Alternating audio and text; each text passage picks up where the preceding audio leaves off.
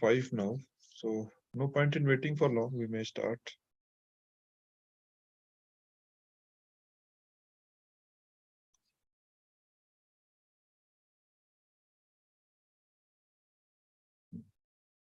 So good evening to you all.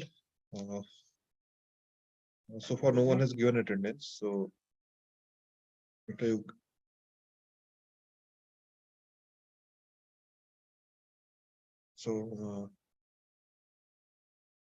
so we'll start, and anyway, it's going to be recorded. So uh, others will get the recording of this.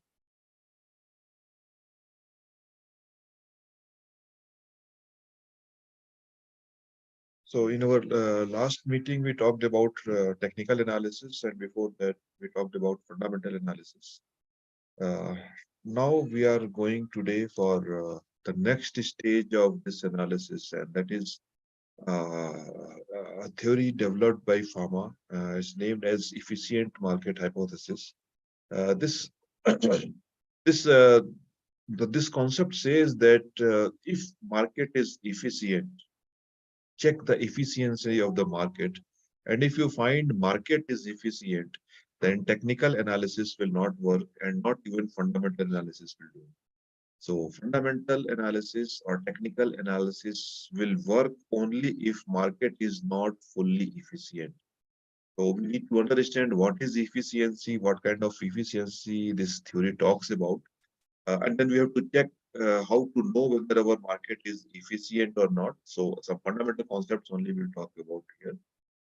And then finally, we will realize that all markets are not completely efficient. There are three layers of efficiency: weak form, semi-strong form, and strong form. At weak form, many markets are efficient. At semi-strong forms, many are there.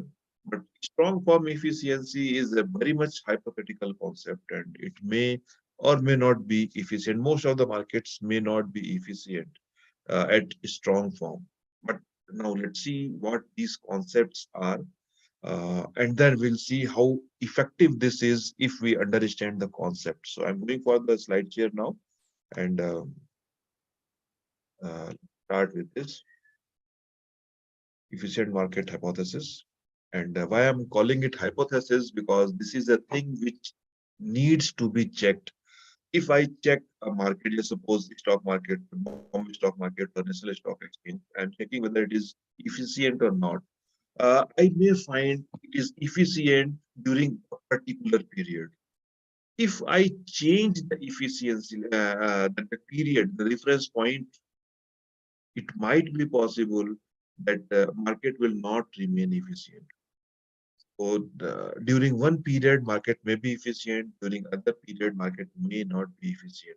A market may be efficient at weak form, but may not be efficient at a strong form. So that's why it keeps on changing. With time change, with parameter change, the result will change. That's why we keep on testing at different point of time. So that's why it is hypothesis. It is not yet theory. It's a hypothesis which keeps on getting checked. So now let's see why I'm telling all these things.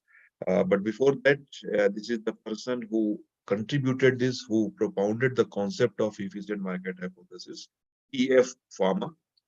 He was born in 1939, February 14, and he has been given Nobel Prize in 2013 for his contribution in different concepts in the field of economics and finance, especially this particular theory, efficient market hypothesis.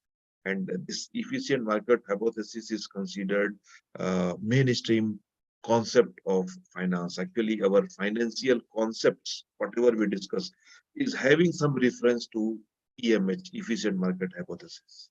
So let's try to understand it. And but before starting the discussion, let's see how Pharma has defined efficient market.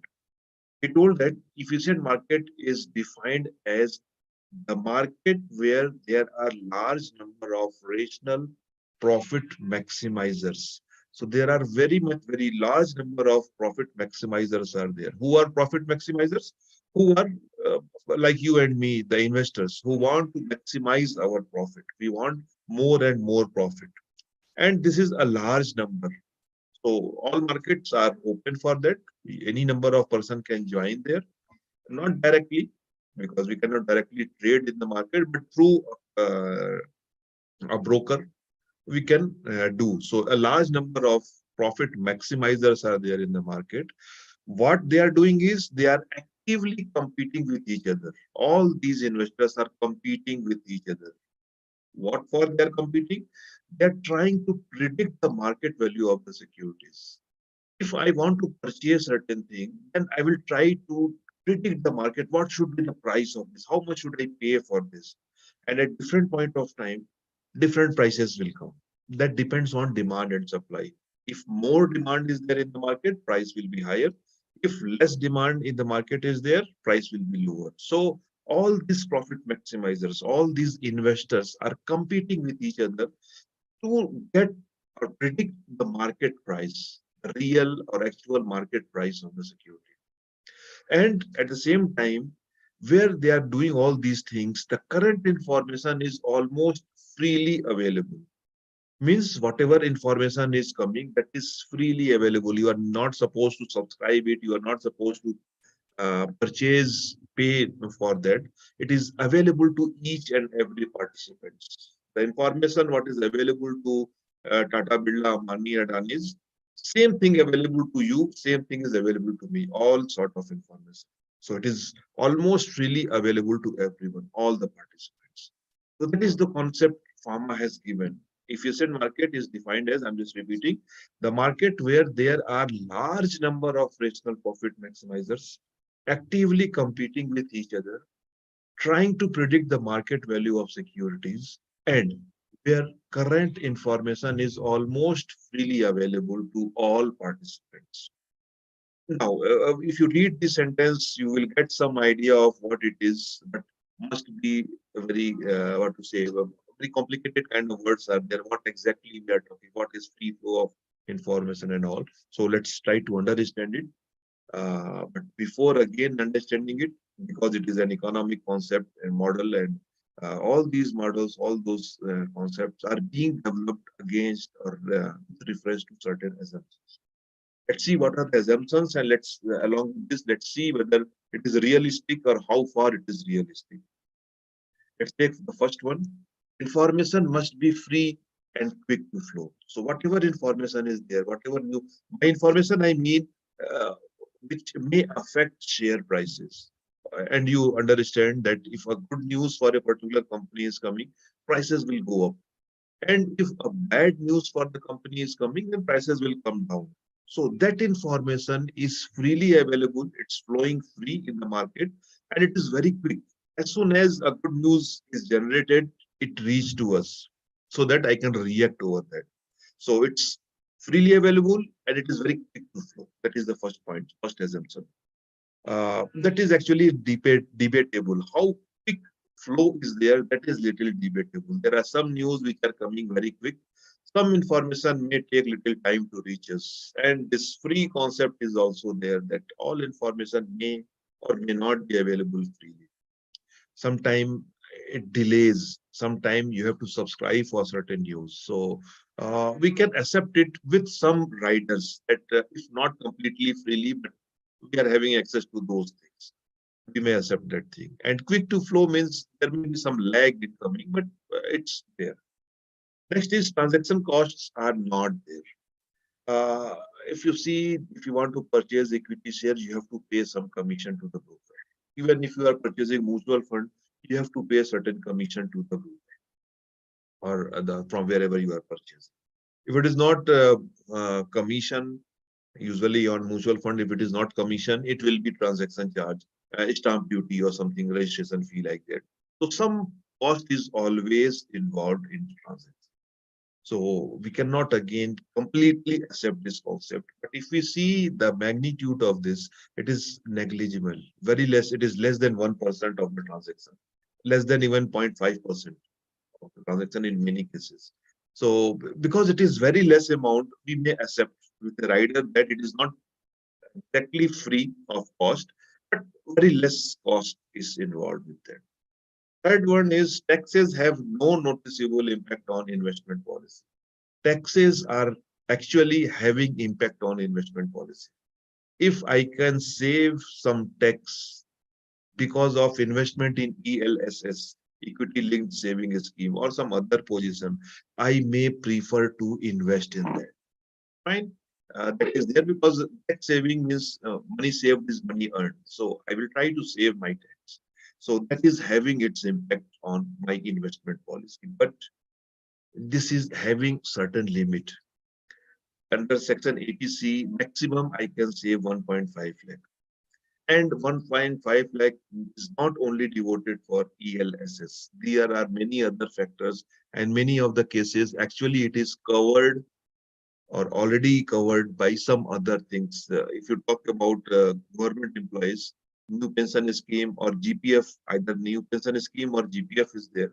So that subscription is already reaching somewhere 1.5, 1.3 level. So actually tax benefits are not much. Small tax benefits are there, but not much.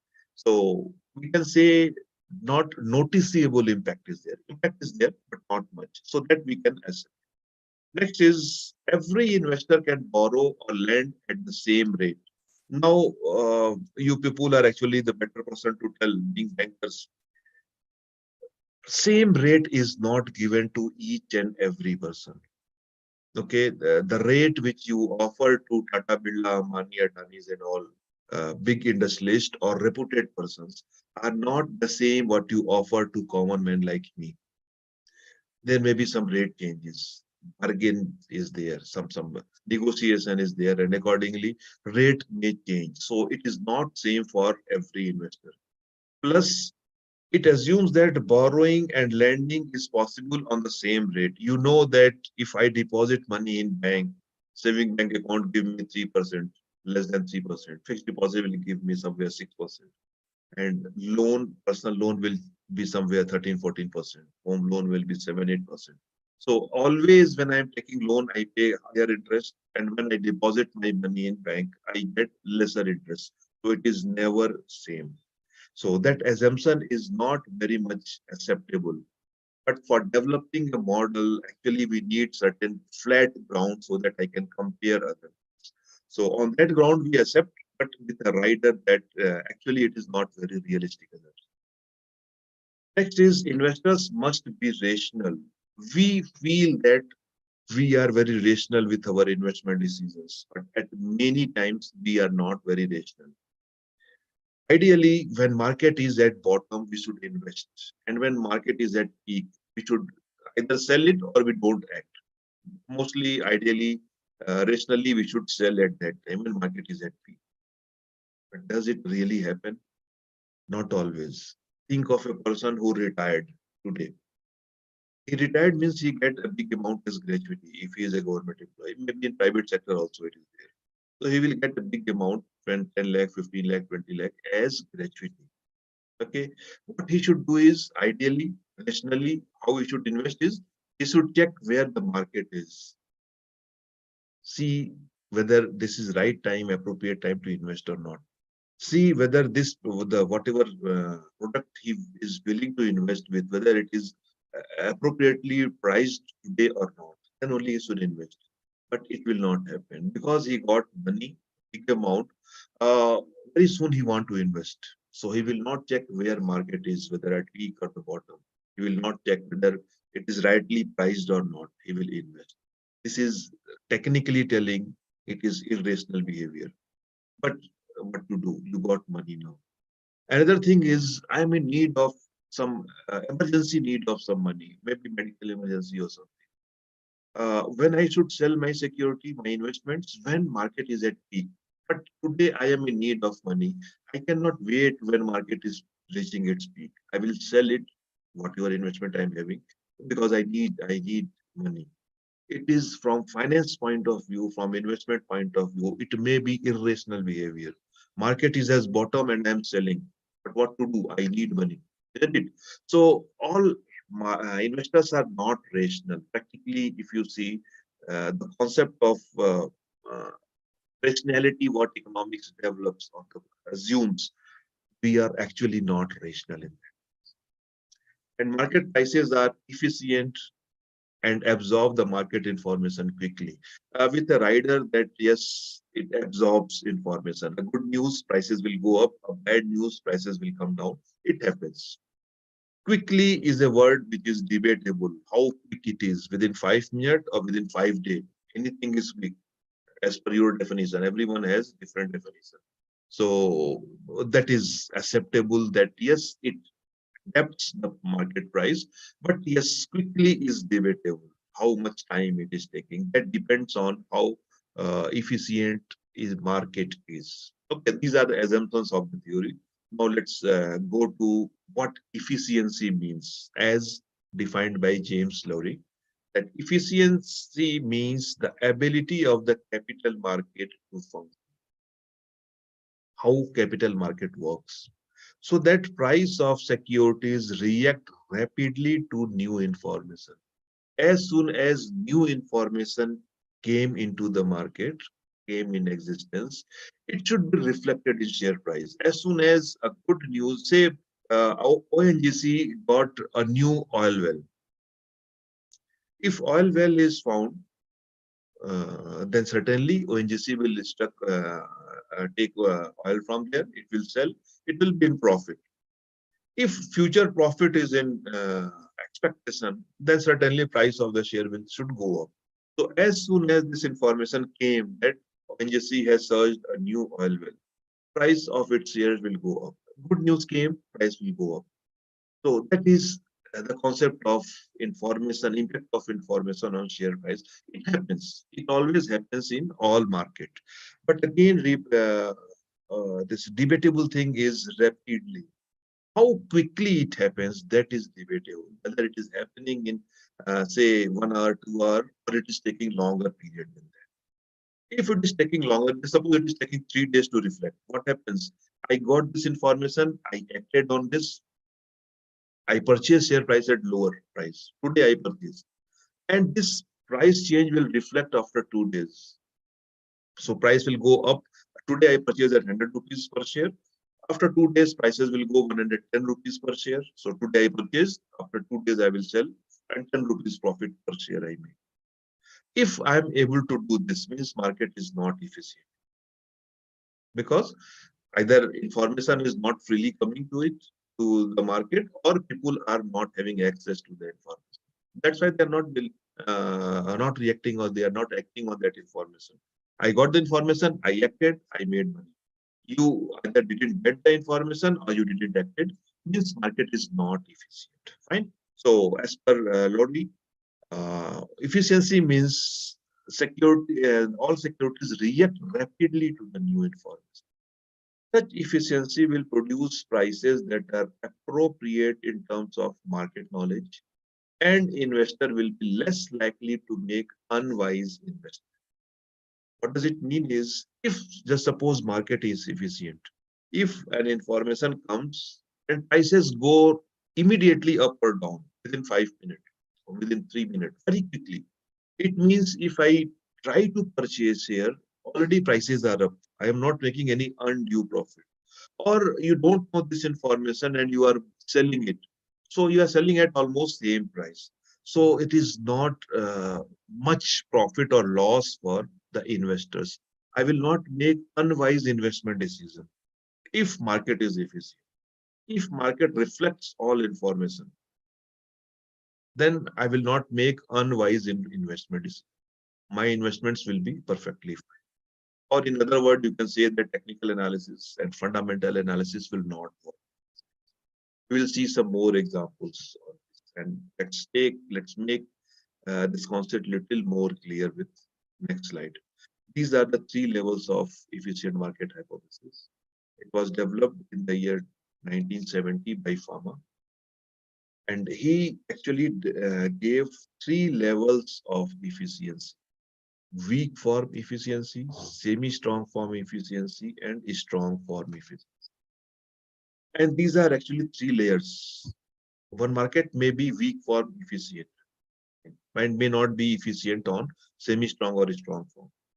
A market may be strong, efficient at semi-strong form. If a market is efficient on semi-strong form, it is assumed that, not assumed, it is actually covered that weak form efficiency also is there. So if a market is efficient in semi-strong form, the market is already efficient in weak form. It's already covered, over covered. As you can say, semi-strong form is a superset and weak form is a subset of this.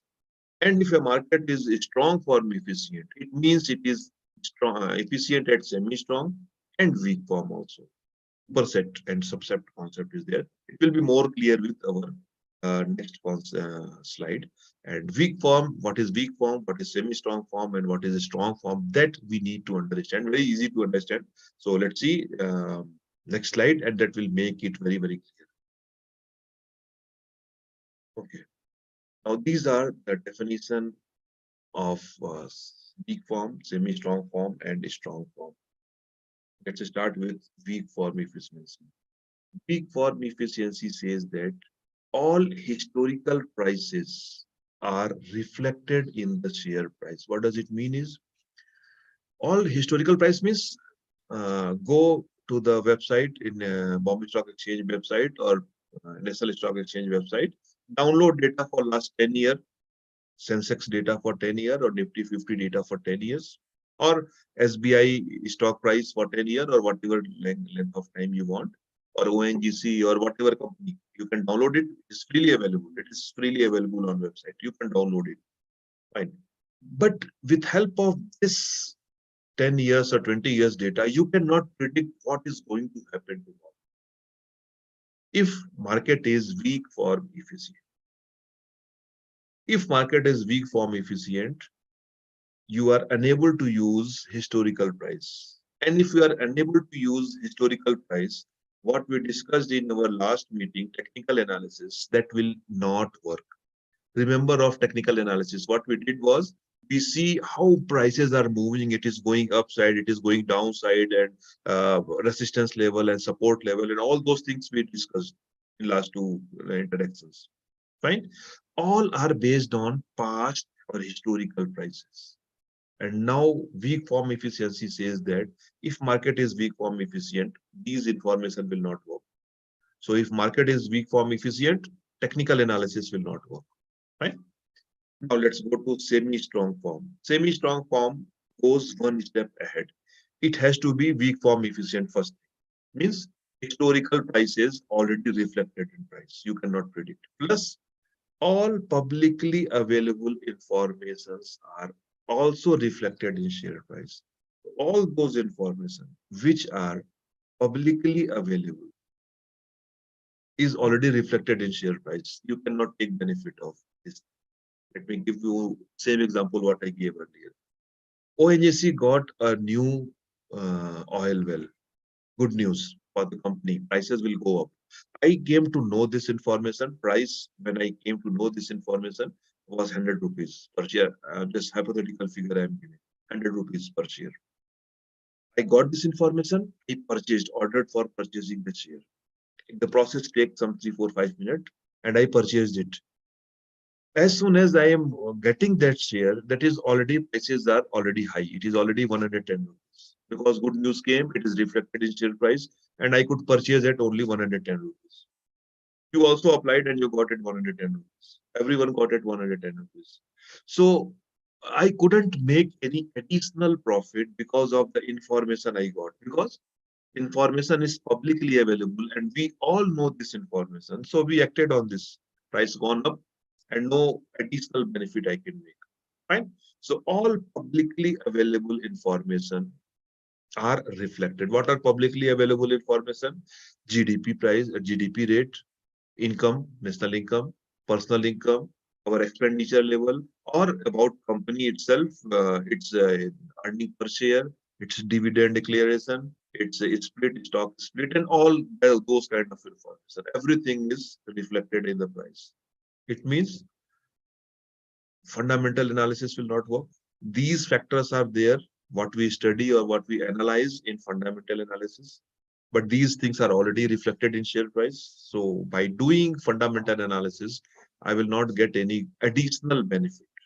I will choose a better product, that's true, but I cannot get additional benefits. I cannot beat the market with help of fundamental analysis. If the market is semi-strong form efficient, fine, that is second stage. And now comes the final state, that is a strong form efficiency. To be strong form efficient, market has to be strong, efficient at semi-strong and weak form. Fine, that is clear. It has to be covered. So historical price will not work. Publicly available information will not work. But it also says, it goes much beyond that and says that private information will also not work for you. Private information means there are something which is not declared yet. Like company got huge profit, company will declare the profit. Every quarter, companies declare their profit.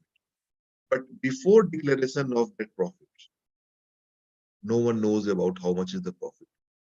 That is an information which is not publicly available. And this strong form says that you cannot take benefit of that information also. Stock is split, share is split, one share will become two share, or bonus share issue, or right share issue, or dividend declaration. All these informations just before declaration are not publicly known. Those are privately held information. But if market is a strong form efficient, this will not work for you. Now, this is very, very hypothetical case. If really it is true, then insider trading will not work. Insider trading means the people, the top officials of a company who knows all information about companies. Even if they try to purchase or sell, they will not make any profit. Fine. This is hypothetical, and it is very difficult to say that market is strong form efficient. Weak form efficient, many markets are there. Except for some time, they are weak form efficient. Many are strong form efficient, semi-strong form efficient, but strong form is debatable. We cannot say market is efficient. This is again same thing what we discussed in a pictorial form only. Few more slides will come just to explain the concept. This inner circle is weak form efficiency, means historical prices, past share prices is reflected in share price, so you cannot take additional benefit because of this information. Then a bigger circle which covers weak form efficiency, this is semi-strong form efficiency. It says that all publicly available information is reflected in share price. You cannot take additional benefit. You cannot beat the market with this information. And the outer circle is strong form efficiency, means all publicly available information and privately held information are reflected in share price, and you cannot take any benefit of this. Fine. Now you understand the concept of, I think, strong form. It is hypothetical only, because unless information is available publicly, how come it reflect share prices, reflect in share prices? That is again debatable concept. Okay, now let's see further on efficient market. What is an efficient market? One thing, two broadly we on two bases we can see: operational efficiency and informational efficiency. Operational efficiency is how quickly market is working. Quickly means transactions are happening quickly or not. I want to purchase share. It took me 3 hours to purchase. Means market is not efficient. But you see Indian stock markets, those are very, very efficient. Both BSE and NSE, both are very, very efficient. It takes fraction of second to order. As soon as you click order, place order, it is being transacted. So it's taking extremely less time, nanoseconds only, or maybe fraction of second it is taking to operate. So operational efficiency is very good for Indian stock market. Plus, one more thing is there, transaction charges. If transaction charge is too high, we can say that market is not efficient. Okay, so if you see Indian stock market, SEBI is there to control all those things, and SEBI has already having a upper cap on the transaction charges. No broker can charge you more than that described specified rate. And practically, actually, the real commission is much lesser than that recommended. So operational charges are very less. So we can say that Indian stock markets are operationally efficient. Now, main concept of efficient market is informational efficiency. And those three things, weak form, semi-strong form, and a strong form, that we already understood in the previous. Okay, now let's go further. Again, a different picture to explain same concept. Repeating it because this is the whole concept of EMH. Past information is reflected in share price, means weak form efficient. All public information, including past price. If it is so, then it is semi-strong form efficient. And if all public and private information is reflected in share price, including past records and public information, then market is a strong form efficient. Fine. Okay. Now let's see what does it mean.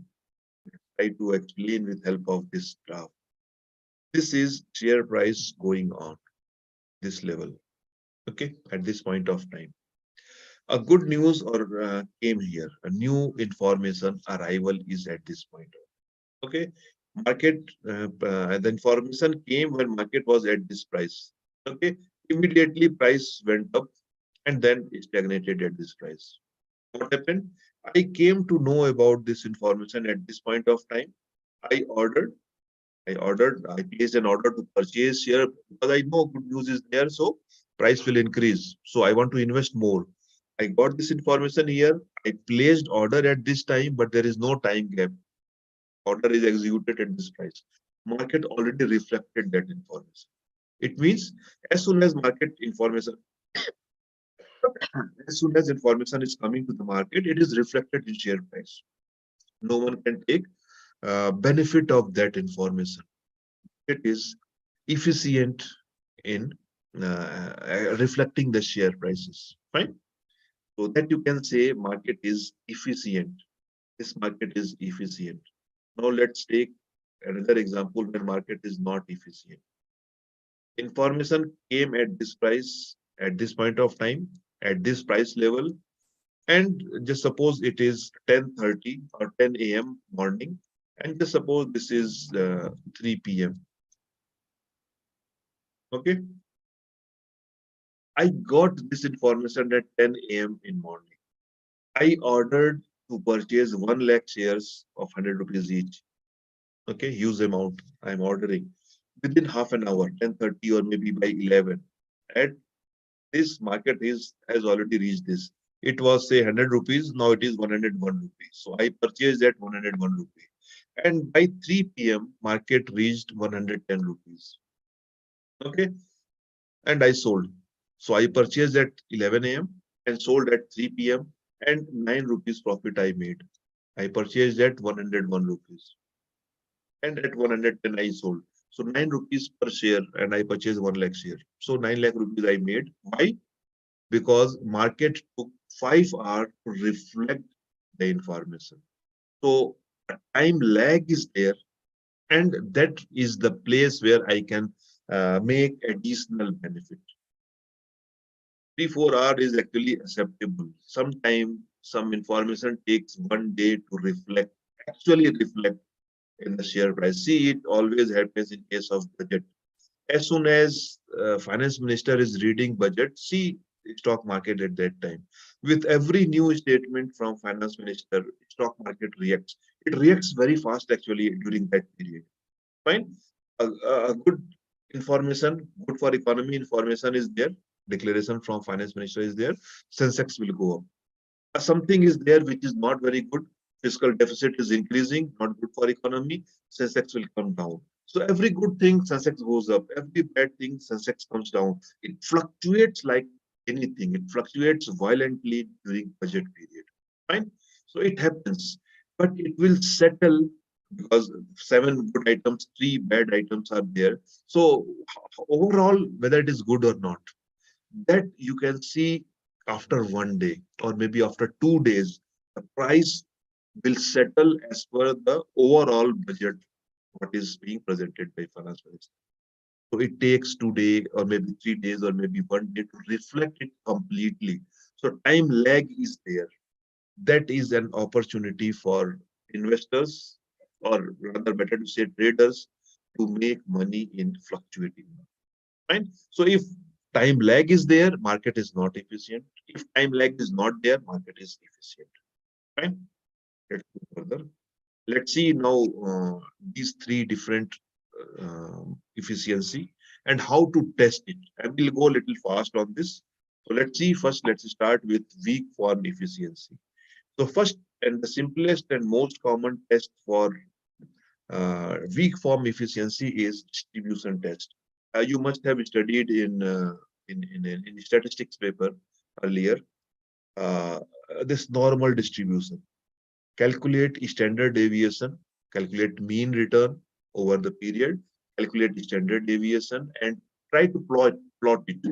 And if you get this bell-shaped distribution of standard deviation between plus and minus one standard deviation, there should be total 68% data. Suppose 100 return data you are having, standard deviation 68% time it will be plus 1 to minus 1 standard deviation.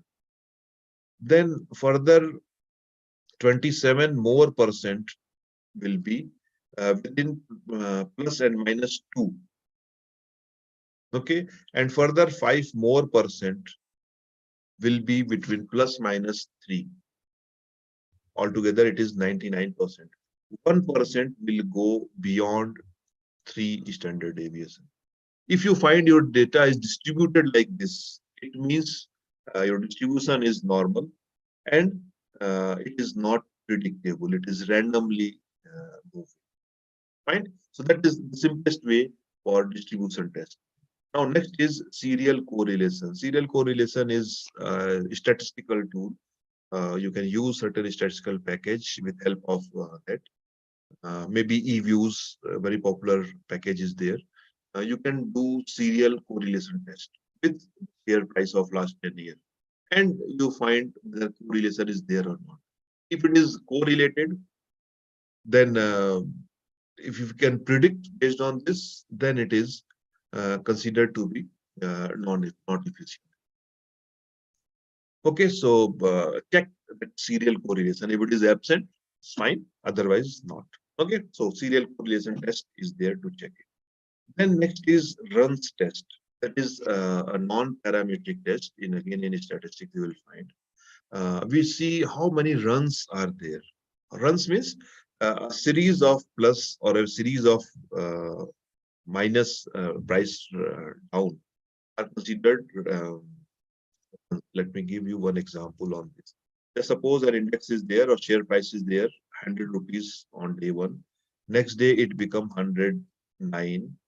Third day it become 111. Fourth day it become 107. Then again it become 105. Then it become 109. Then 100, 100 say 8, then 105, something like this. It is moving on different times. Okay, now see how many runs are there. This is leave first one, start with second one. Second one is higher than the previous one, so it is a plus. Next is again higher, so it's a plus. This is now less than that, so minus. This is less than the previous, so minus. It is higher than the previous, plus, less than previous, and less than previous. Okay, now 2 plus is first run, then 2 minus is second run, then 1 plus is third run, then 2 minuses are fourth run. Like this, you can identify different runs, series of plus or minus, and then you see whether it is randomly distributed or not by referring to the table of runs test. Fine, that is one way, very easy way, non-parametric test to check whether distribution is normal or not. And then comes the filter test. Filter test means these are certain concept I know and I am trying to predict with help of that. What is the concept? If you see um, this what we discussed in our last interaction on technical analysis, we saw that resistance level and support level is there. When prices are reaching support level, then it bounce back, it starts going up. Okay. And when prices are touching the resistance level, it starts coming down. So up, down, it is changing. Or RSI, relative strength index, RSI is there. If RSI is 70, sell. More than 70, sell. If it is less than 30, buy. That also we discussed in our last interaction, RSI. Okay. Now what you have to do is set an order in such a way that when RSI is less than 30 or around 30, buy. No need to follow the market. You simply set this reminder to the terminal that if RSI is less than 30, buy this many shares. If RSI is more than 70, sell this much of share. Okay, you need not follow the market. This is a filter. You are setting a filter that if it is going beyond this, act. And if you are able to make money based on this, then market is not efficient because everyone can set this kind of thing. And you are not doing any analysis. You are simply setting a filter, and that filter itself, that terminal is acting on that calculation. Fine, it becomes very predictable. It is very close to 30 minutes, prices will go up. If it is very close to 70 minutes, prices will come down. It is predictable. I can predict with this. If it is actually happening, market is not efficient. Fine. So in long run, it will not work. In short run, it works, but not in long run. So these are basic tests for weak form efficiency. Now let's see semi-strong form efficiency. Semi-strong form efficiency is it goes beyond share prices. It goes to some other additional information like stock split. What is stock split? Suppose you are having 10 shares of a particular company. Okay, Infosys. And Infosys declared that they are splitting that share, one share into two. 1:2 split is there.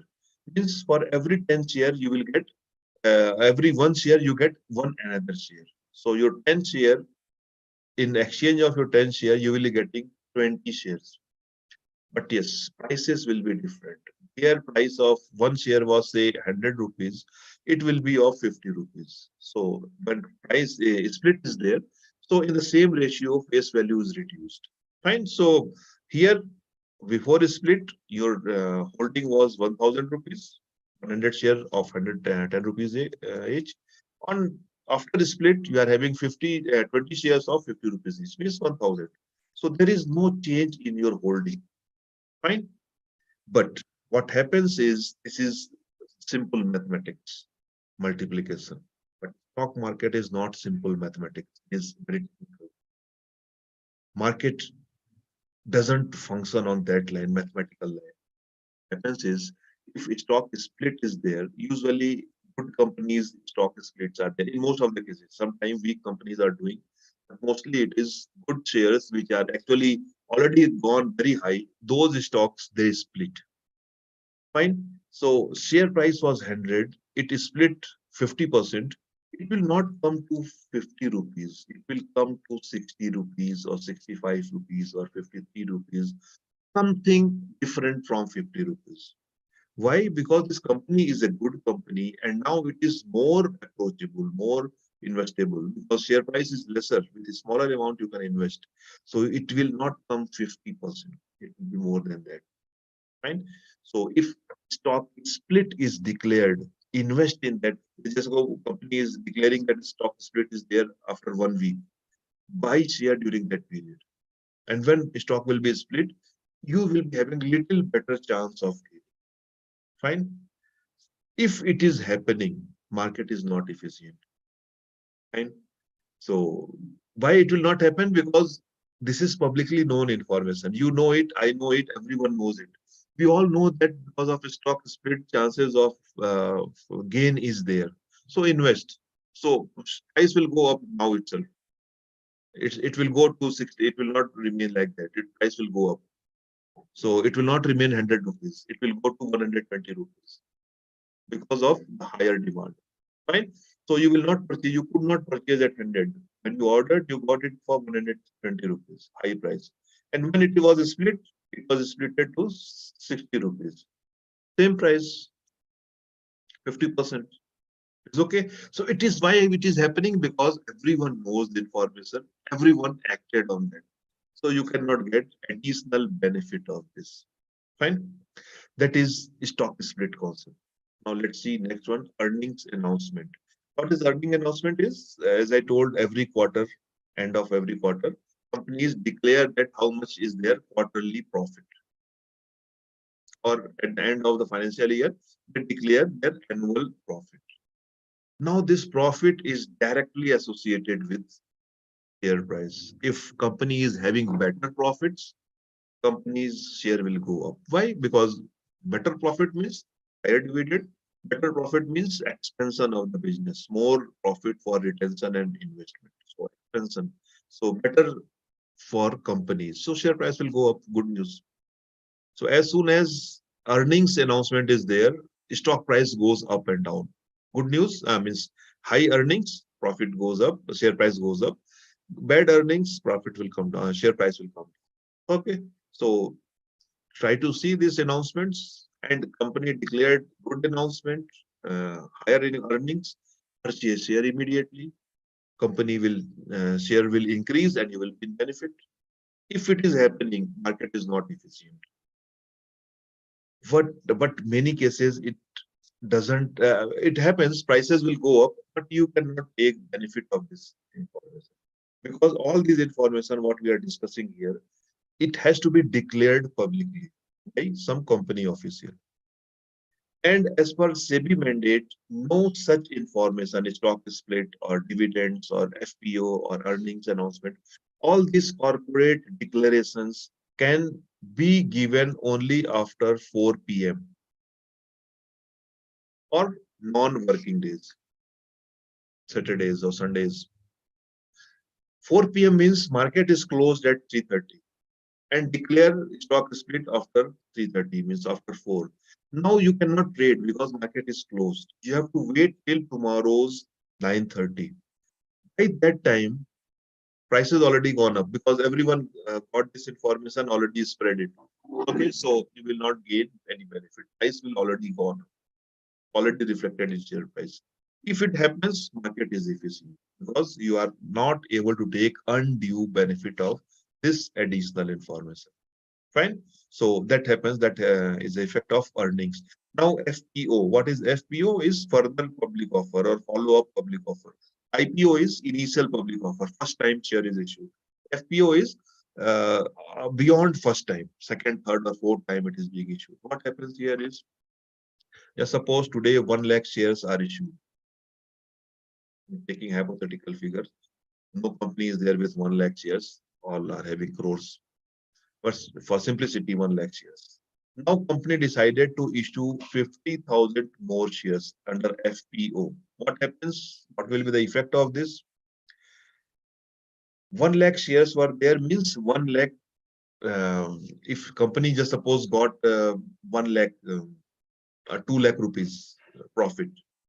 So, and all things are going to be declared as dividend, just assume. So 2 lakh rupees will be divided among 1 lakh person. How much you get? 2 rupees everyone. Each share 2 rupees is there. Now after FPO, 150,000 shares more added. Now total 1,50,000 shares are there. Okay. Now company is having same 2 lakh rupees profit. How much you get? Not 2 rupees. Okay, you will get only 1 rupees 50% because more people are there to share the profit.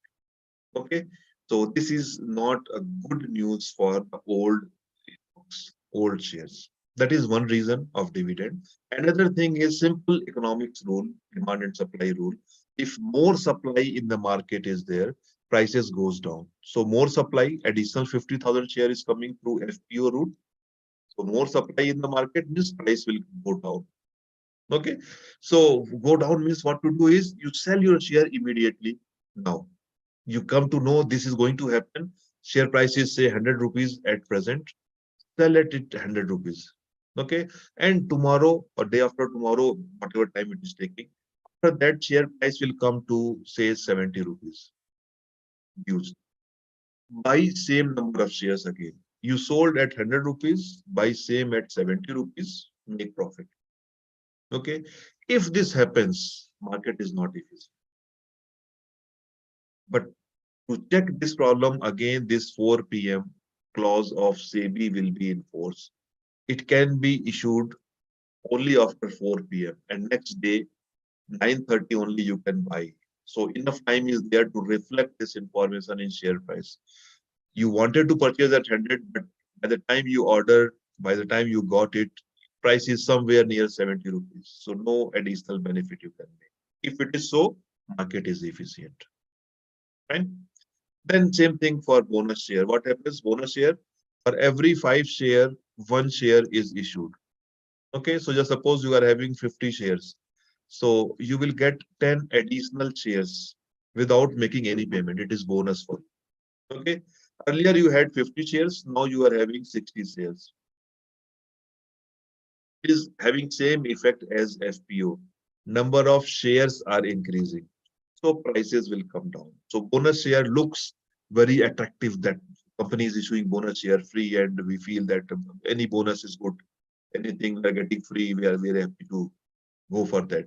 But actually, as soon as bonus share is being declared, prices of the share comes down because supply is going to increase. More shares will be in the offering. So prices will come down. So same thing. Now, what we explained with FPO, same thing happens with bonus share. But it can be declared only after 4:30, 4:30 or after 3:30. Fine. Now, next is strong form efficiency, and this is very, very hypothetical in nature. Trading by stock exchange officials. I told in the previous discussion here that cutoff point may be 4 p.m. You cannot declare this information before 4 p.m. Okay, but company has to inform the stock exchange officials about this information. That company will make this announcement at 4 p.m. Company will inform stock exchange in morning itself. So the stock exchange officials, top officials, they know that company is going to declare stock split. They know bonus shares are going to be issued. If they, just suppose I am board of directors, director of the board of directors, okay, CEO of a particular this stock exchange. At 12 noon, I came to know that a particular company is going to declare stock split. I know that prices will go up. I will make additional profit for that. I will purchase 1 lakh share today because company will declare at 4 p.m. It will be reflected tomorrow 9:30. And I got this information today. I will act on that. That is called trading by stock official, stock exchange official. Fine. If it happens, market is not efficient. But it will not happen because as per Indian rules, SEBI guidelines, if any official of a stock exchange found trading based on this kind of inputs, it is punishable. He will be suspended, he will be arrested, he will be put behind the bars, and all those legal activities. So rules are there, but still some insider practices are possible up to some extent. So that is again debatable. But in most of the cases, it doesn't happen. Right? Now, trading by companies official. Just suppose I am CEO of State Bank of India or ONGC or SAIL or any company or board of director member. Board of director, this company will declare this information at 4 p.m. But they know it 2 days ahead that they are going to declare it. They have information of this. So why don't they act on that information? They invest in this. If they do it, it is called again insider practice, insider trading, and again punishable. Arrest and all those strict rules are there. It is not legally allowed. Fine. But there may be certain cases. Try to search some news on insider practice, insider trading, and you will get certain name on that line. Fine. Then mutual fund managers are acting sometime on that. Okay, just suppose I am board of directors, member of the board of a stock exchange. I came to know at morning itself that it is going to happen. But I cannot do myself because if I'm doing, I will be arrested. Insider trading. So I'm having a friend, one mutual fund, ABC Limited, mutual fund. I will tell the fund manager that this company is going to declare a stock split and profit is there. Invest heavily. Now, mutual fund company is having crores of rupees to invest. That mutual fund may invest crores of rupees in that particular company. And by 4 p.m., split will be declared. And next day, price of the that share price will go up. And compare that mutual fund will make profit. And obviously, you know that some commission mutual fund has to pay to that official who gave this input. Fine.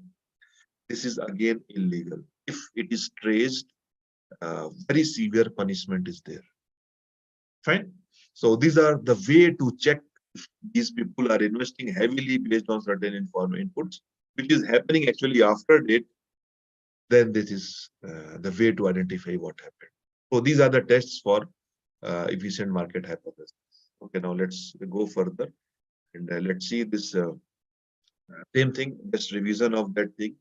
Let's see first, weak form efficiency means prices reflect past market data. Technical analysis will not work. What we discussed in last interaction. And most of the markets are actually weak form efficient. Bombay Stock Exchange, Nestle Stock Exchange are weak form efficient in most of the time. At certain period of time, they may not be. The next stage is semi-strong form. All publicly known informations are reflected. If it is so, fundamental analysis will not work. What we discussed 2 class back earlier. Okay, many of the markets are semi-strong form efficient. Bombay Stock Exchange or National Stock Exchange, you may find during certain time period they are efficient, but at some other point of time they may not be efficient at semi-strong. Fine. And then comes the highest level, that is a strong form efficiency. If market reflects all public and all private information, means everything is reflected, you cannot make benefit of anything. If it is so, then insider trading will also not work for that. Illegal. Insider trading is illegal trading. But even with that of help of that illegal trading, you cannot make. And it is very difficult to check it. Although all stock exchanges are having certain rules and regulations for that, but still chances are there that people will get involved in such kind of investment.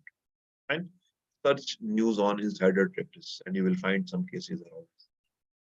Okay, so that's all for efficient market hypothesis. Now let's go to next topic under same unit, and that is building an investment portfolio. Now let's see how to build a portfolio. Broadly, this is being done in two approaches, two different approaches are there. Traditional approach and modern approach. So let's see one by one what are these traditional and modern approach. We'll go a little fast on this so that one more topic I can cover today itself. So analyze, if you are developing your portfolio, what you do is you try to analyze the constraints. What are the constraints? Your income need, what kind of income you want. That decides where you can invest with. What are your current needs?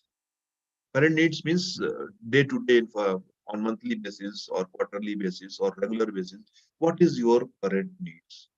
Uh, all of us are actually employed. We are having some regular income, so we are not relying on the returns on regular basis on from investments. But there are people who are fully and solely based on trading in a stock market. Brokers are there like that, traders. They invest and they make money on daily basis. That is their livelihood. Okay, so they are having some current income. They have to take money every day basis for their regular needs, but not salaried people like us. Okay, there may be some constant need. Means every month, once I need this much, or every year I need this huge amount for insurance premium, or if it is you are purchasing something on EMI, so monthly basis, this much of EMI is there. That is your constant income will go for a longer period. This decides how much will be your investment, how much money left in your hand for your investment. So your income needs decides how much income left in your hand for investment. That is one constraint. Now liquidity, that is another constraint. How much liquidity you want to keep in your hand. If just suppose your total income, monthly income is 1 lakh rupees, and your total uh, basic expenditure, just suppose hypothetical figure, 10,000 rupees.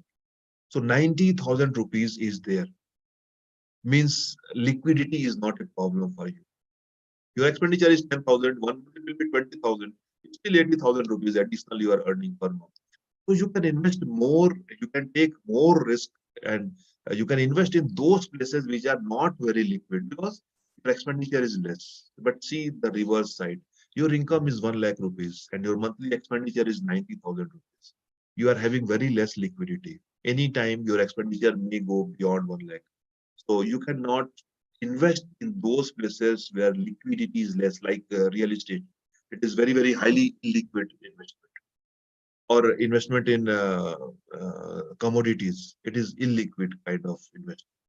So your liquidity requirement decides how much you can invest with. Then safety of the principal. How much safety you are concerned with. How much safe your investment is. That also decides whether I should invest here or not. If you invest in a equity share, it is more riskier as compared to equity mutual fund. So invest less in equity share, invest more in mutual fund. That is usually recommended. Or you diversify within equity shares. So that safety is important. And that will decide where you will invest. If you want more safety, mutual fund. If you are ready to take some risk, equity share.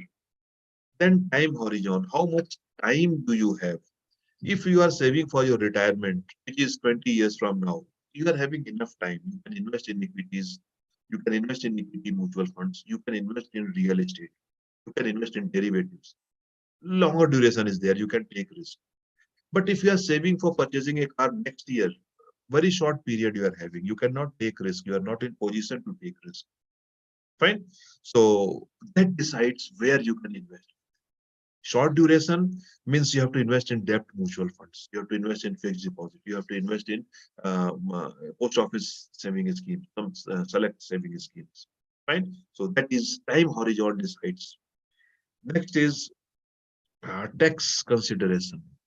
Uh, if you all are exempted here, so that is not a big issue. But for others, if I invest in ELSS, I can save tax. If I invest in PPF, I can save tax. If I invest in National Saving Certificate, I can save tax.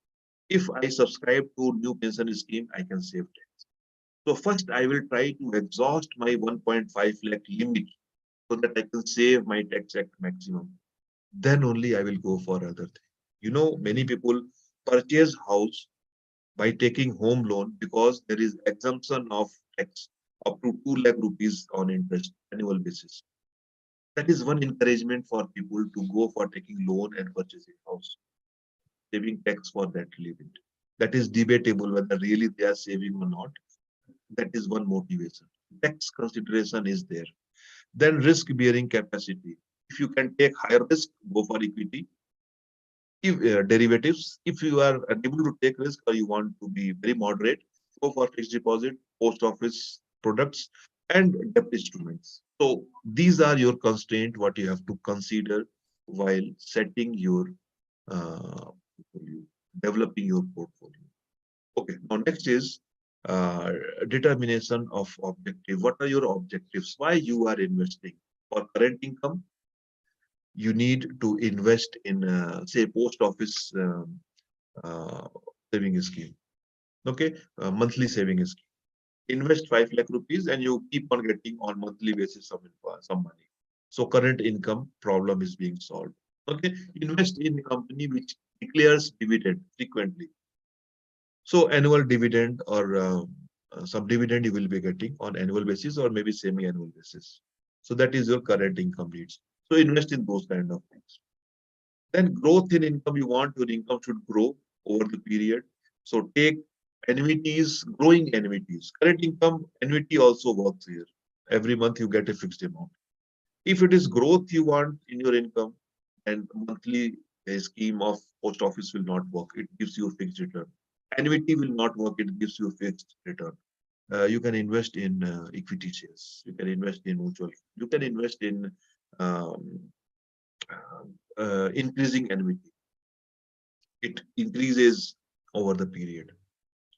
Then capital appreciation is your objective. You don't want return on regular basis, monthly or annual basis, but you want that capital should increase. It should increase rapidly or high returns should be there.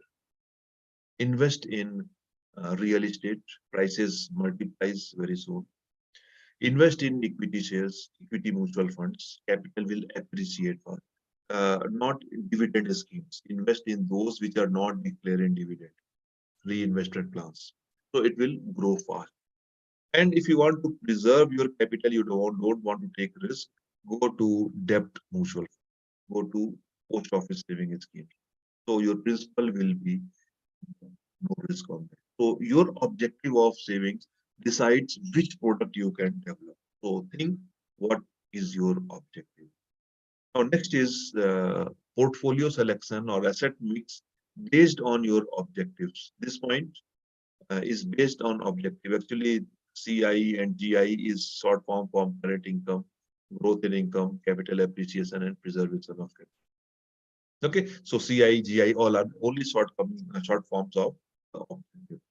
So if your objective is current income, then invest heavily on debt and less on equity. Okay, so debt will give you regular fixed rate of return. So current part will be covered, but growth not much, but 40% exposure is there. Then growth in income, if that you want, then invest lesser in debt and more in equity. Then only it will grow over the period. If your objective is capital appreciation, you want to multiply your investment, then invest very less in debt and very heavily on equity. 10% 9. It is only indicative. Don't take it hard and fast 10 and 90. It may be 80 and 20.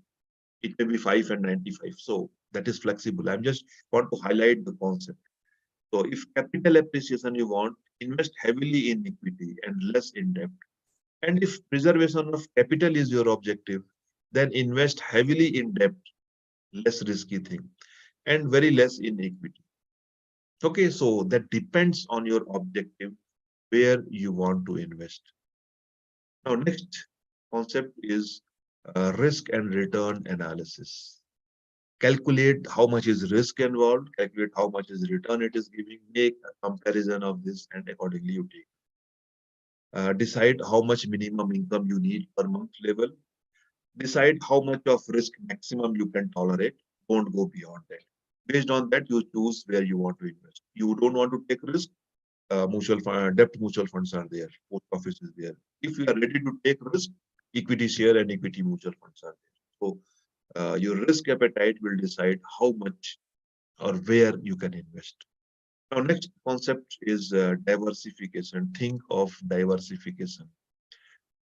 Diversify your investment across form. Don't invest only in Maruti Limited. Invest in Hyundai, invest in TVS, invest in Honda, invest in Kia, and all other automobile companies, three, four mobile automobile across forms. Don't only do across forms. Diversify across industry. Don't invest only in automobiles. Invest in pharmaceuticals. Invest in healthcare. Invest in garment, textiles. Invest in aviation, petroleum, different industries. Diversify across industry. If you are having bigger amount to invest, try to diversify across border. Invest something in US or the countries which is giving you higher return. Japan is not giving higher return. Last 30 years, Japan stock market has given almost 0% return. It's very negligible return only Japan stock markets are giving. Although inflation is also almost very close to zero. So it's stagnating market. Japan is. So try to go in countries which is able to give you higher return. Then diversify across debt, equity, and other things like gold and real estate. Don't invest everything only in equity. Something in debt, something in real estate, something in gold. So diversify across different asset class. So that also decides where you can invest. So these are traditional approach of investment. Now let's go to modern approach of investment, and that is Markowitz model. It was introduced sometime in early 1950s, and that is uh, considered as the beginning of modern approach to portfolio. So in our next unit, we talk about Markowitz model. Okay, and Markowitz model is having certain shortcoming. It is very complicated to calculate. So a simplified model was developed by William Sharpe. Okay, so that was too much simplification of the market, the Markowitz model. But that is very simple to calculate. And in next unit again, we are going to see Sharpe model also. Okay, because as I told, it is too much simplification of portfolio theory. So multi-factor model was developed. Okay, so we will see multi-factor model also in next unit. Then a more robust model came, capital asset pricing model, which is actually extension of Markowitz model and some additional concepts added there. So capital asset pricing model also we will be seeing in the next chapter, next unit. And then extension of CAPM is arbitrage pricing theory. That also we'll be seeing in next unit. All these five models we are going to see in next maybe 2-3 interactions. Okay, so I'm not going much in detail for this now. We'll do it later on. Uh, about to be 9, I think. But let's try to finish one more topic, one calculation part of portfolio analysis. Let's try to analyze portfolio based on risk and return. If you remember, when we are talking about first unit, first chapter, we talked about risk and return of one security, individual securities. But now we are talking about portfolio, collection of different securities. Now let's see how to calculate risk and return of a portfolio where more than one security is there. Let's try to calculate risk and return of a portfolio. A simple concept. See, what is this portfolio analysis? We are trying to calculate risk and return of a portfolio having more than one security. So the formula we use for return is this one. Return on portfolio is equal to summation I is equal to 1 to n xi ri. What is xi? Xi is proportion of funds invested in one security. It may be more than one security, but let's take one security as of now. Then what is Ri? Ri is expected return on security I, one of the security. Fine. Now, what is this summation? And what is this I is equal to 1 to n? Here is this I, let me clean this. This I is same what is used with X and R. Okay, so what this I represent is I represent number of securities in your portfolio. That is why it is written I may be equal to 1 to n. N means any number. It may be 20, it may be 5, it may be 7. So it may be one only, or it may be more than one, any number. So I may assume any figure. Just suppose it is 5. 5 shares are there. Just suppose 5 investments. So this I become 5. This n become 5. So, and what suggests summation says that you have to add. What you have to add is you have to add this formula for 5 times because we are having 5 securities. We are having 2 securities, you have to add this 2 times. Okay, with example it will be clear. So let's go to next slide with the brief example. Security W and X, 2 securities. are having expected return of 15% and 30% respectively. 15% W, X is giving 30%. Mr. A has invested 35% of his investment amount in W and remaining 65% in X. And another investor is there, Mr. B. He has invested 65% in W and 35% in X. So two securities only we are considering for simplicity. And they're having different allocations. Now you are expected to calculate portfolio return for both these investors. So let's see how to do it. Very simple. Information is already given to us. And let's try. Let's say first investor A. This is the formula what we have seen in the previous case. And in this case, actually, this N is 2 because we are having two securities. Okay, X and Y, W and X. Fine. So, and this summation is there means I am supposed to write this section twice and add. Summation means sum. Okay, so I will write this formula twice for each of the formula security and then I will add it. So how to do it? This is 35%, 35% of security invested in W, which is giving 15% return. Okay, W is giving 15% return and 35% is invested there. Okay, and this is 65% of investment in W, which is investing, which is generating 30% return. Okay, so multiply these things. Let me clear this now. Okay, now multiply these two in bracket and then add these two things, and you get 24.75. So Mr. A is making a return of 24.75%. And same way we do it for Mr. B. He has invested 65% in first security and 35% in second security. So his return is 20%, 20.25%. What we can conclude here is Mr. A's investment is giving higher rate of return as compared to Mr. B. Why it is happening? Same two securities are there, but Mr. A has invested higher portion of his investment in the company which is generating higher return, while Mr. B has invested 65% of his capital in the company which is generating lower return. And that is why the whole difference is. Fine. So that is simple way to calculate return. Now, interesting thing is to see how to calculate risk. So let's try to understand first the formula of risk, and then we'll try to do one example and we'll finish with. This formula is very interesting. A little complicated it looks. When we actually calculate, you will find that it is very, very easy. It is a fun way to calculate the risk involved on a particular portfolio. And then we will see how to interpret those things. Let's see first this information, this formula. What is this? This is square of standard deviation, or you can say variance. This is sign for variance. Variance of P. P is portfolio.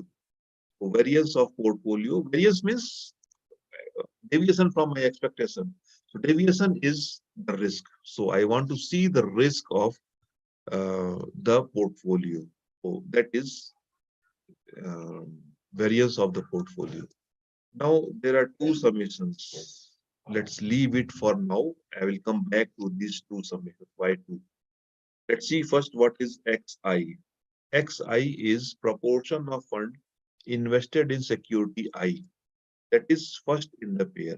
I will explain the concept of this. Then what is XJ? It is proportion of the fund invested in security J. That is second of the pair. This don't get confused by these pairs. I will explain it. Then third item is RIJ. R is correlation coefficient.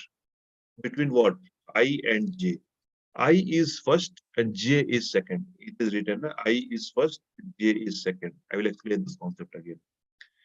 Then fourth item is standard deviation of I, first security. And the last point is standard deviation of J, the second security. Okay, so these are the 5 items you have to calculate for each possible combinations. and then sum all those things.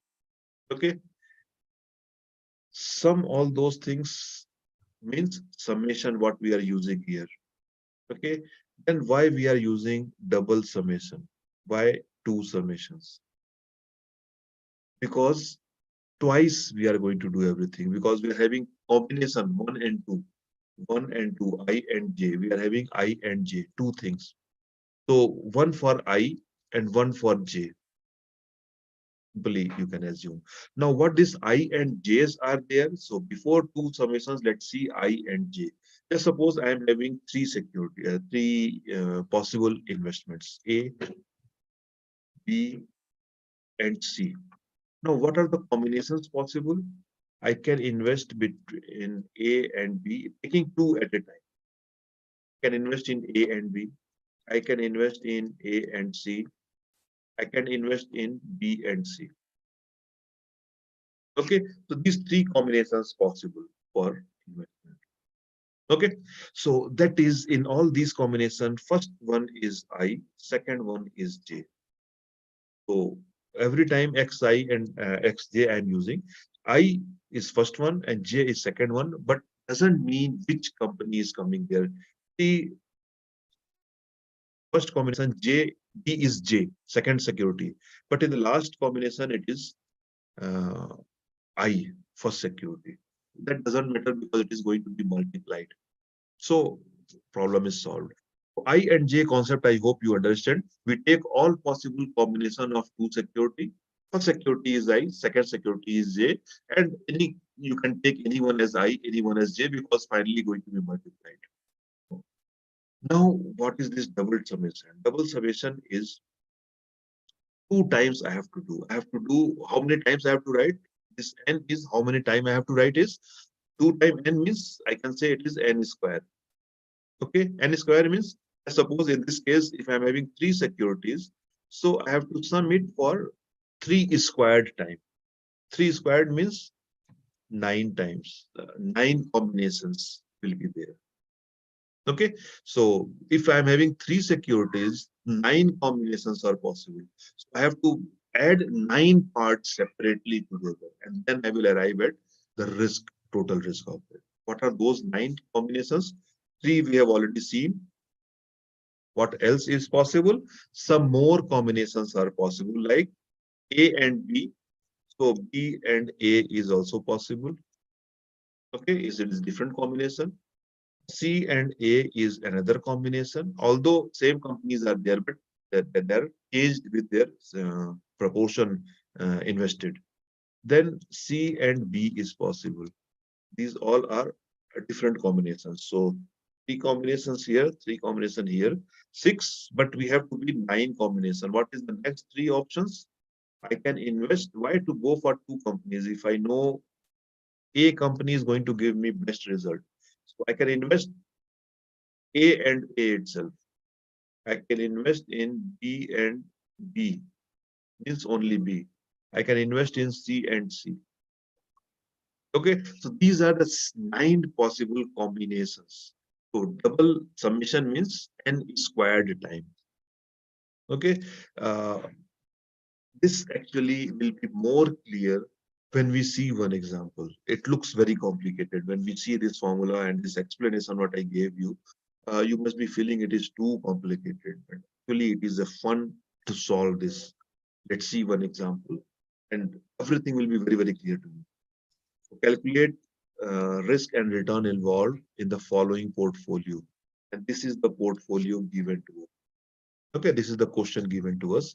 A, B, C, three securities are there. Returns are 21, 7, and 15%. Investments 50, 30, and 20%. Standard deviation is 15, 10, and 5%. And these are the correlation. Okay, how many combinations I told? 9 combinations possible. What correlations are given to us? Only for 3. Now a problem is how to know the remaining 6 combinations. So don't worry about that. A and B correlation is 0.9, means B and A is having same correlation. A and C minus 0.3. So C and A will be having same, minus 0.3. B and C is having 0. So C and B will also have 0. So we got 6 correlations. And for remaining three, A, B, B, and C, C. So A and A both are identical, both are same, means correlation is 1. B and B same, identical, so correlation is 1. Try to calculate correlation between same series, right? One series and copy paste same series. Take correlation, you will find it is 1 because it is identical, same thing. C and C identical, so 1. So all will have 1. So although 3 is given, but we get all 9 correlations. It will be more clear in the example. Let's go further. So let's first calculate return. Then only we go to risk. Okay, so let's see what are the return, and we'll use this formula what we have already used the previous one. What is happening here is I am multiplying return with investment. Uh, uh, how much is return is there, and how much is exposure investment is there. So 50% of investment, 0.5, and 21% return. Multiplied these two. 7% is the return generated by B, and 30% is invested in that. And C is, I'm investing in C, 20% exposure, and 15% is the return. So multiplied these two combinations, three combinations, make sum of this, and you get a return of 15.6%. Fine. Note down this 15.6. Keep in mind only, no need to write. And then we will see how much is risk and how to interpret those two things. I think I will take some 10 more minutes, not more than that. Already uh, crossing the time, but still let's continue and finish this exam. So this is same chart what we have seen in the previous example question. This is the chart, and same thing I am taking here. Okay, so because I need data for feeding in that calculation, so just for ready reference, I'm putting it on the screen. Fine. Now what I have to do is write formula. Whenever you do any question in statistics, first thing you do, write formula. And then this formula will tell you what to do. Let me see how it is going to help us. Draw a chart like this. We are having three securities, A, B, and C. So draw A, B, and C, rows and columns. Okay, because different combinations are there. So rows and column A, B, C. Give two more upper rows and two more left side columns. And the same table. Okay. Now this is the table what we are having. Formula what we are having. And this is the table generated. And now see, there are 9 boxes created. Okay. So these are the 9 combinations which are possible with 3 securities.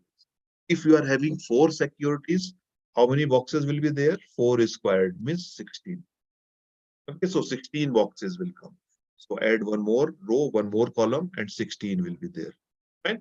So that is the way to decide how to draw this particular table. Now, what to do with these things? What we have to do is we have to calculate xi and xj. So write xi and write what are the xi's. So xi is actually this investment ratio of investment, this column. So how much is xi? 50% for A. So write 50%, 0.5. How much is for B? It is 30%. So B is 30%. How much is for C? It is 20%. Right? These are all xi's. Okay. First in the combination. Now let's go to xj, the second security in the combination. What is second security in the combination? Again, A. So how much is A? 50%. So write 0.5. Second, B is 30%, so 0.3. And C is 20%, so 0.2. Is okay. So XI is this series, XJ is this series. We got XI and XJ, first two things. RIJ, we don't have data in, it is given here, but we don't have any place to show it here in the chart. So we'll use it from the table given already here. Right? Let's go to the last two things, SDI and SDJ. Right, SDI here, and these are the figures given. 15% for A, right? 15, 10% for B, and 5% for C. This is SDI. Now go for SDJ. This will be on these columns. So the standard deviation of J means second security in the combination. How much is A? 15%. How much is B? 10%. How much is C? 5%. So we took these figures from the table itself, the question itself, right? Now what we have to do is we have to multiply 5 items. These all are multiplied: xi, xj, rij, sdi, sdj. And now we are having xi, xj, sdi, sdj, and correlation is given here. Multiply all these 5 for each of the box. So let's start with first one, A and A. A row, A column, or first security A, second security also is A. So this box we are starting with. What is happening here is, see, uh, first thing is xi. This is xi, so zero point 0.5. Second is xj. This is xj, so second item. Okay. Then ri. Ri is the correlation between A and A, and I told it is going to be same. So this is correlation. Then fourth item is standard deviation of I, first security. It is 15%. So 15%. And standard deviation of J, this is 15%. So the last one, fifth one, second security. Fine. So we multiplied all these 5 items. It's fine. That is the first box. Now let's go to the second box. Second box, in the same fashion, we continue. Xi zero point 0.3, xj zero point 0.5, ri is we are taking from A and B, correlation between A and B. So it is coming from here. Okay. Then standard deviation first, standard deviation second. All 5 items calculated here. Okay. Then go to third box. Same thing. Xi, xj, ri we are taking from here minus zero point 0.3. Then sdi, sdj. Same thing here, same here, same here. So what we are doing is, once we created this structure, we have to take figures from these boxes and multiply, and it becomes very, very easy, isn't it? Very extremely easy it becomes once you create this kind of box. Okay, now this this chart is of no use, so let's remove it from here and let's calculate further, go to the new calculation. Let's take this formula, same formula I'm using here.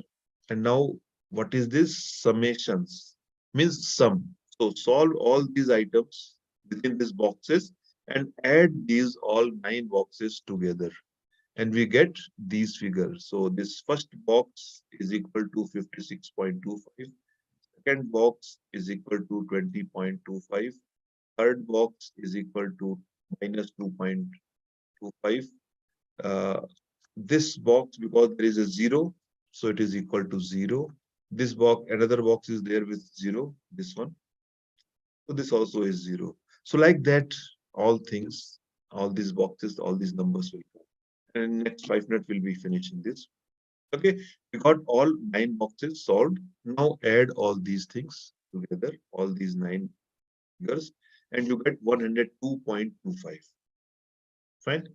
That is the standard, not standard deviation. It is this variance of the portfolio, 102.25.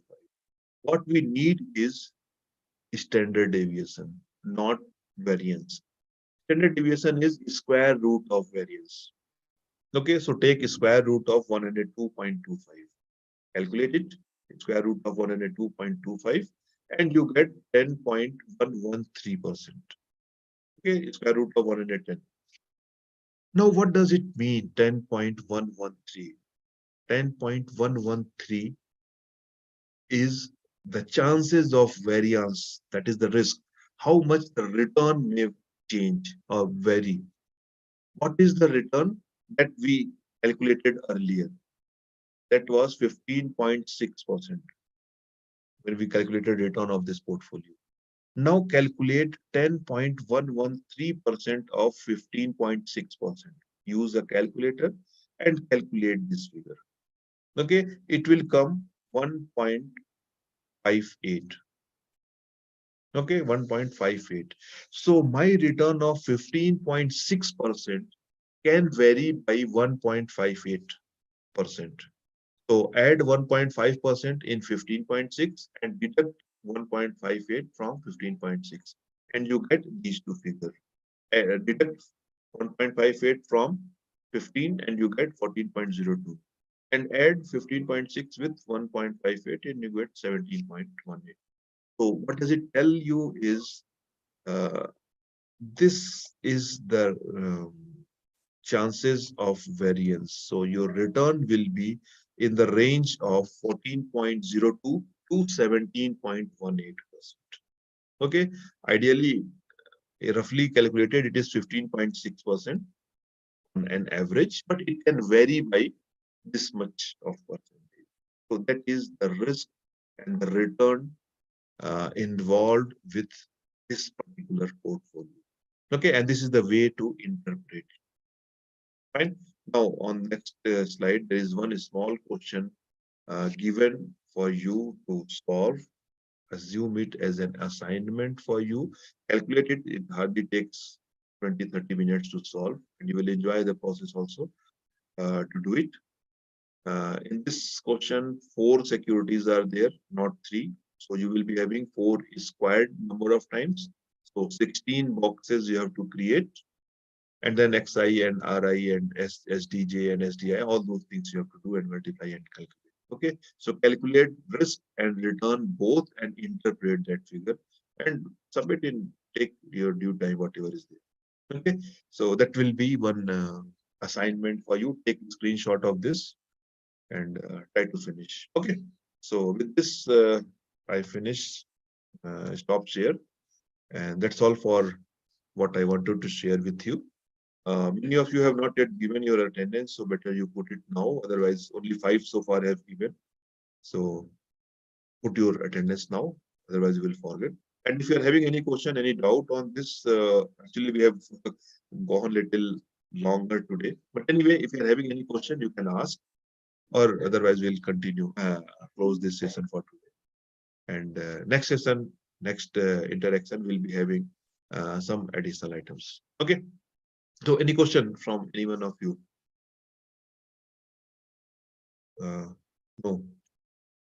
So no question means then we'll close this session, and I've recorded this and I will upload it. I will try to upload it in today itself in our group, and then you can see there. And I'm just posted the link for accessing all the recordings where I am posting it on YouTube.